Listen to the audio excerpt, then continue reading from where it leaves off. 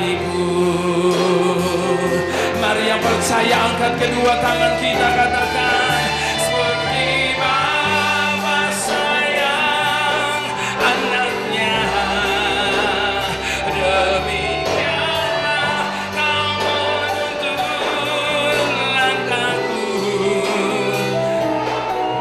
dengan biji matamu.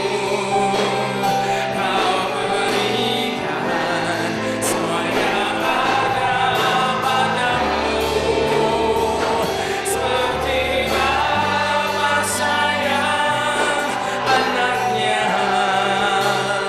demikianlah kau menuntun langkahku. Hari depan indah kau beri, rancanganmu yang terbaik bagiku. Hari depan indah kau beri, rancanganmu yang terbaik. Sekali lagi dengan iman, hari depan indah kau beri, rancanganmu yang terbaik bagiku.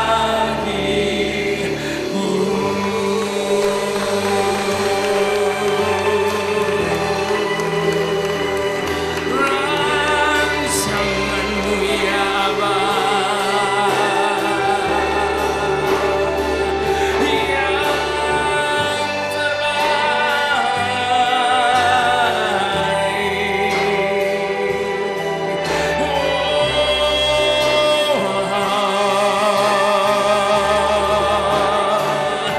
Mari kita angkat kedua tangan kita di hadapan Dia. Mari kita nyatakan syukur kepada Dia.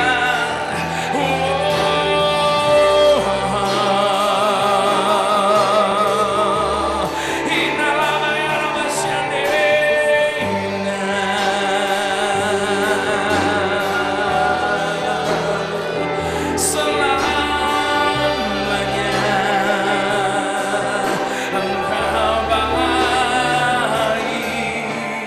selamanya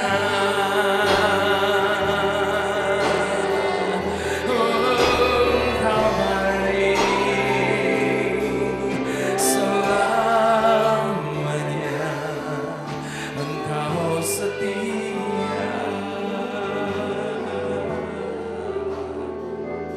Terima kasih ya Abba, karena Engkau telah menjadi Bapa yang begitu baik dalam hidup kami. Terima kasih karena Engkau berjanji bahwa tidak pernah boleh terjadi sesuatu dalam hidup kami tanpa seizin daripadamu ya Abba.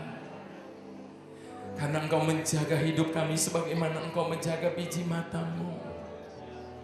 Terima kasih Engkau berjanji bahwa tidak pernah ada satupun yang dapat memisahkan kami dari kasih setiamu ya Bapa. Karena Engkau telah menjadi Allah penjaga dan penolong kami yang tidak pernah tertidur dan tidak pernah terlelap menjaga hidup kami ini. Ini pengakuan kami sekali lagi di hadapan-Mu ya Abba.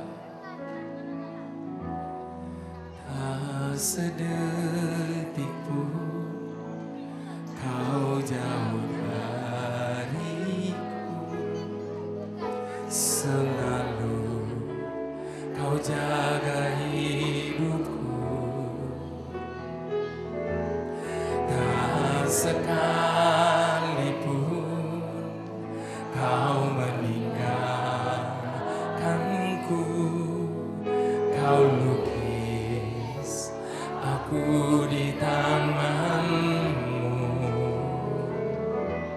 Yesusku. Ku percaya, Yesusku, Kau yang ku perlu.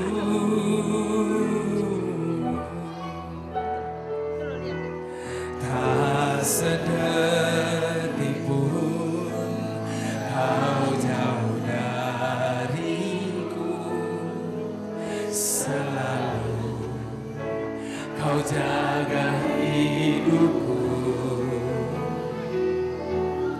tak sekalipun kau meninggalkanku, kau lukis aku di tanganmu,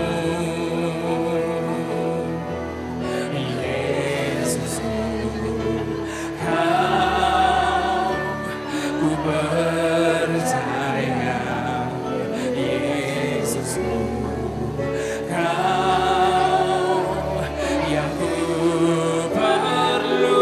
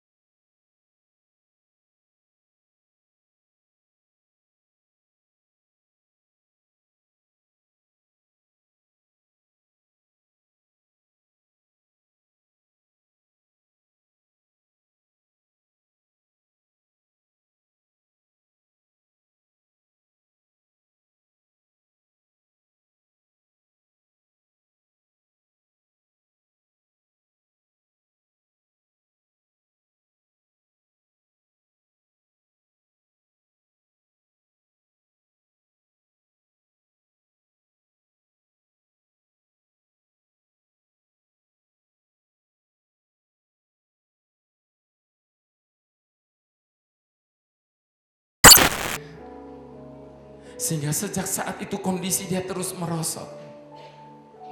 Sampai pada tanggal 17 September tahun lalu, suaminya seorang gembala dari sebuah gereja kecil di Jakarta SMS saya berkata, tolong doakan, kondisi Jacqueline semakin merosot. Dan kalau Tuhan izinkan, kami mau bawa dia berobat ke Guangzhou, Cina. Bapak Ibu Saudara, dalam waktu 10 hari, saya coba kontak teman-teman saya. Dan puji Tuhan, dalam waktu 10 hari, terkumpul uang lebih dari 120 juta rupiah. Tanggal 27 September pagi, saya jemput suami istri ini di rumahnya untuk memberangkatkan mereka ke Guangzhou. Dan pada saat turun dari kendaraan saya di bandara, saat itu Jacqueline peluk saya, dia nangis di pundak saya. Dia berkata, apapun hasilnya nanti, bagaimanapun kondisi saya nanti, tetap selama-lamanya Tuhan itu adalah Bapa yang baik. Tetap selama-lamanya Dia adalah Allah yang setia. 6 jam kemudian saya terima SMS dari suaminya. Pada saat mereka landing di Guangzhou, dikatakan pada saat mereka berjalan menuju pesawat, begitu masuk pesawat Jacqueline sudah tidak bisa berjalan lagi. Sampai di Guangzhou langsung dilarikan ke rumah sakit.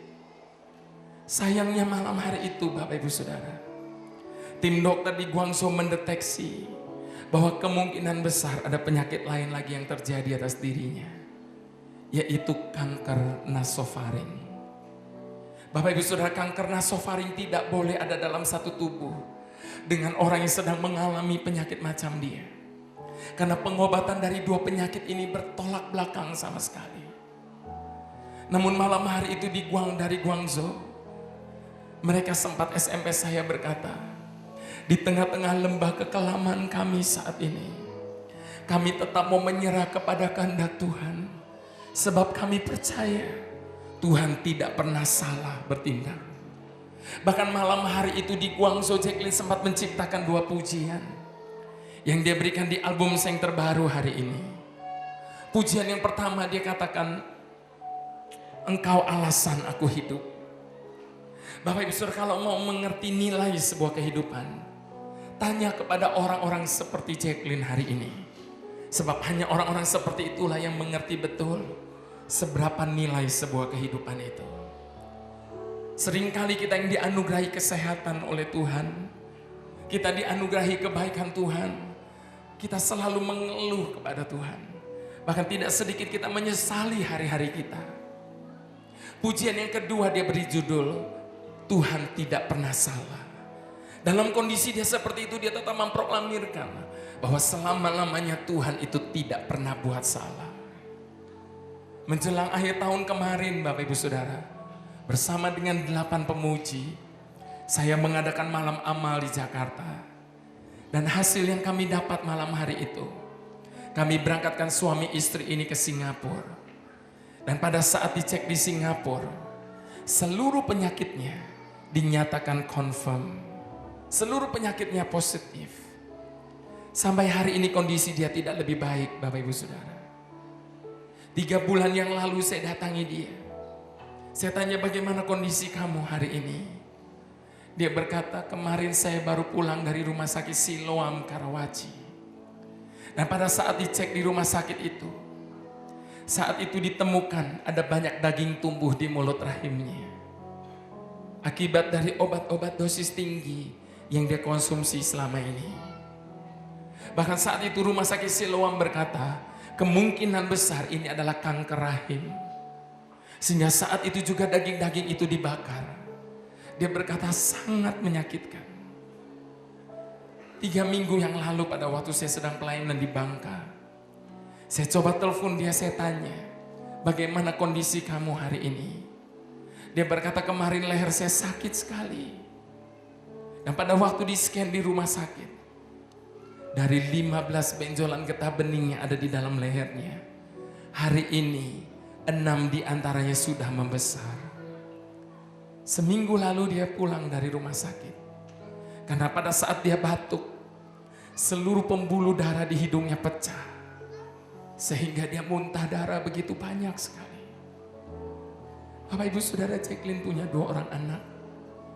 Anak yang pertama usia 13 tahun, namanya Karen. Tapi sampai hari ini Karen divonis menderita vitiligo autoimun. Seluruh tubuhnya penuh dengan bercak-bercak putih. Dan dokter berkata itu akan tinggal seumur hidupnya. Anaknya yang kedua usia 4 tahun namanya Kate. Ada virus di pencernaannya. Dan ususnya mengalami kebocoran. Pada waktu saya tanya bagaimana kondisi Kate hari ini, Dia berkata, saya sudah tidak bawa dia ke rumah sakit lagi. Saya cuma doakan dia dengan minyak urapan. Bapak Ibu Saudara, saya tahu persis arti kata di balik pernyataan dia ini. Itu sebabnya sejak September tahun lalu sampai hari ini, kemanapun saya melayani, Tuhan taruh di hati saya. Saya selalu bawa kaset-kaset CD-CD saya, di mana hasil dari penjualannya untuk pengobatan bagi Jacqueline dan 2 anaknya.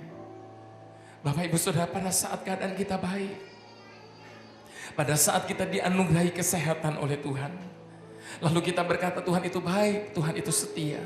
Saya percaya semua orang bisa melakukan itu.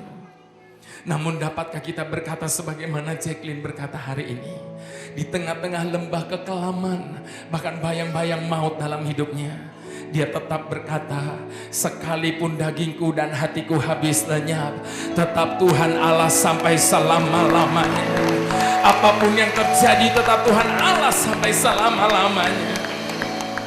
Malam hari ini saya mau ingatkan Bapak Ibu Saudara, apapun keadaan kita hari ini, bagaimanapun situasi hidup kita hari ini, semua itu tidak pernah mengubah kebenaran bahwa Dia adalah Allah yang setia atas hidup setiap kita. Itu sebabnya mari kita angkat sekali lagi pujian ini sebagai ungkapan kepercayaan kita di hadapan Dia. Apapun bagaimanapun keadaan kita, tetap Dia adalah Allah yang setia bagi setiap kita. Mari kita nyatakan bersama. Tak sedetik pun Kau jauh dariku, selalu Kau jaga hidupku. Terima kasih Tuhan, tak sekalipun Kau meninggalkanku.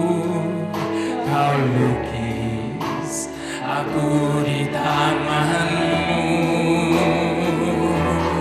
Yesusku. Kau percaya, Yesusku. Kau yang ku perlu. Tak pernah Kau biarkan, tak Kau tinggalkan. Hidupku ada di tangan-Mu. Tak pernah Kau lupakan, selalu di hati-Mu. Engkau yang memegang hidupku. Tak pernah Kau biarkan, tak Kau tinggalkan. Hidupku ada di tangan-Mu. Tak pernah Kau lupakan, selalu di hati-Mu. Engkau yang memegang hidupku. Yesus, Kau Bapa yang setia.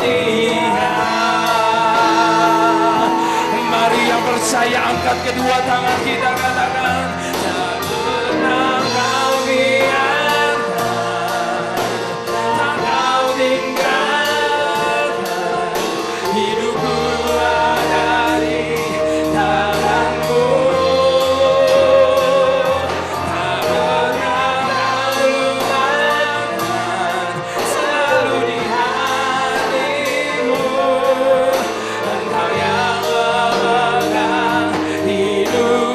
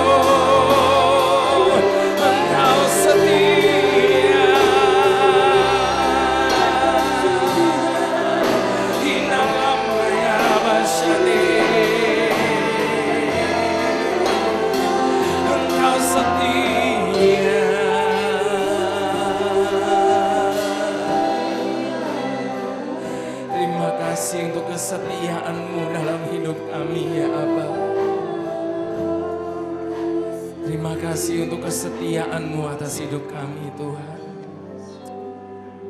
Bahkan di saat kami berubah setia, Engkau tidak pernah berubah setia dalam hidup setiap kami. Itu sebabnya malam hari ini bantu setiap kami, untuk kami boleh tetap setia kepadamu ya Aba. Di dalam segala keadaan kami, bantu setiap kami setia Tuhan. Terima kasih ya Aba. Terima kasih Tuhan. Ada saat Bapak Ibu Saudara saya bertanya kepada Tuhan, Tuhan, kenapa sih Engkau tidak sembuhkan saja Jacqueline Selose itu? Bukankah mereka berdua hamba-Mu yang melayani Engkau? Bukankah kalau Tuhan mau sembuhkan dia sekejap pun dia sembuh? Tapi kenapa Tuhan biarkan dia melewati malam-malam yang menyakitkan? Setiap malam dia harus berjuang melawan rasa sakitnya. Bukankah kalau Tuhan mau sembuhkan dia sekejap saja dia sembuh? Bulan Januari beberapa tahun yang lalu Bapak Ibu Saudara, ada saat pesawat Adam Air masuk ke dasar laut. Di dalam badan pesawat itu ada lebih dari 50 anggota keluarga hamba-hamba Tuhan. Saat itu saya juga tanya sama Tuhan. Saya berkata, Tuhan, bukankah di dalam badan pesawat itu ada begitu banyak hamba-hamba-Mu, biji mata-Mu? Kenapa tangan-Mu tidak menatang saja pesawat itu? Tapi kenapa Engkau biarkan pesawat itu masuk ke dasar laut? Bapak Ibu Saudara, kalau kita mau tanya sama Tuhan, ada terlalu banyak pertanyaan yang kita bisa tanya sama Dia. Itu sebabnya malam hari ini saya mau katakan, kesalahan dari setiap kita adalah ketika kita mencoba untuk datang di hadapan Tuhan, lalu kita tuntut Tuhan bahwa Dia harus mengadakan penjelasan bagi kita atas apa yang terjadi dalam hidup kita, atas apa yang sedang kita alami hari ini. Malam hari ini saya mau ingatkan Bapak Ibu Saudara, bahwa tidak semua yang terjadi dalam hidup kita harus tuntut Tuhan mengadakan penjelasan bagi setiap kita. Kenapa? Ada dua alasan. Alasan yang pertama, karena hidup yang kita hidupi ini bukan punya kita lagi. Hidup kita ini sudah dibeli dengan harga yang begitu mahal. Dan harganya sudah lunas dibayar. Jadi harap ingat baik-baik Bapak Ibu Saudara. Hidup yang kita hidupi hari ini adalah punyanya Tuhan. Itu sebabnya Dia adalah Allah yang berdaulat penuh atas hidup kita. Itu sebabnya Dia bebas melakukan apa saja dalam hidup kita. Dan Dia tidak perlu bertanggung jawab kepada siapapun atas apa yang sedang Dia lakukan hari ini. Sebab Dia adalah Allah yang tahu betul apa yang sedang Dia kerjakan. Alasan yang kedua Bapak Ibu Saudara, bukankah firman Tuhan sudah ingatkan kepada setiap kita? Adapun jalannya, pikirannya, rancangannya jauh lebih tinggi dari jalan pikiran dan rancangan hati kita. Tidak sama jalan-jalan Tuhan dalam hidup kita. Bahkan saya mau katakan kita harus bersyukur karena kita punya Allah yang kita tidak bisa selami jalan pikirannya. Sebab kalau Allah yang kita sembah seumur hidup kita itu, Allah yang kita sebut emas segala-galanya, lalu jalan pikirannya dapat kita reka dengan pikiran kita yang selama ini. Di mana letaknya kebesaran Allah kita? Sebagaimana kita nonton film, nonton sinetron,